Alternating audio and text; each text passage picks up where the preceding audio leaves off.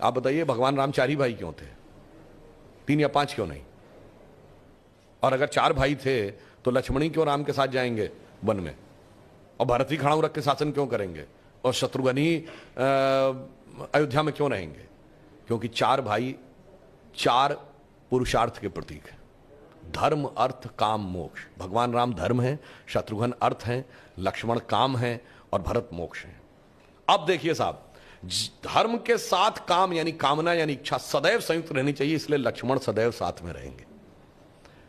भरत मोक्ष के प्रतीक हैं तो खड़ाऊ रख के यानी धर्म के किसी प्रतीक को रख के तपस्या करेंगे, मोक्ष प्राप्त होगा। और शत्रुघ्न अर्थ के प्रतीक हैं तो इसलिए वो राजधानी में ही रहेंगे, अर्थ कभी छोड़ के नहीं जा सकता। इसीलिए आप देखिए, कहा तो जाता राम लक्ष्मण की जोड़ी, मगर तुलसी बाबा ने लिखा हनुमान चालीसा में कि रघुपति कीनी बहुत बड़ाई, तुम मम प्रिय भरत ही संभाई। क्यों?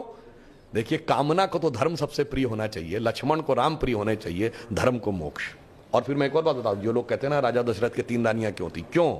इसमें 2 ही जुड़वा भाई हैं। कौन? लक्ष्मण और शत्रुघ्न। एक कामना, एक अर्थ, यानी इच्छा और पूर्ति, तो जुड़वा भाई हैं। और 3 क्यों होना जरूरी था? ये चारों चीजें एक ही स्रोत से नहीं आ सकती। धर्म सतोगुण से आएगा, तो कौशल्या जी सतोगुण का प्रतीक है, तो राम की मां है।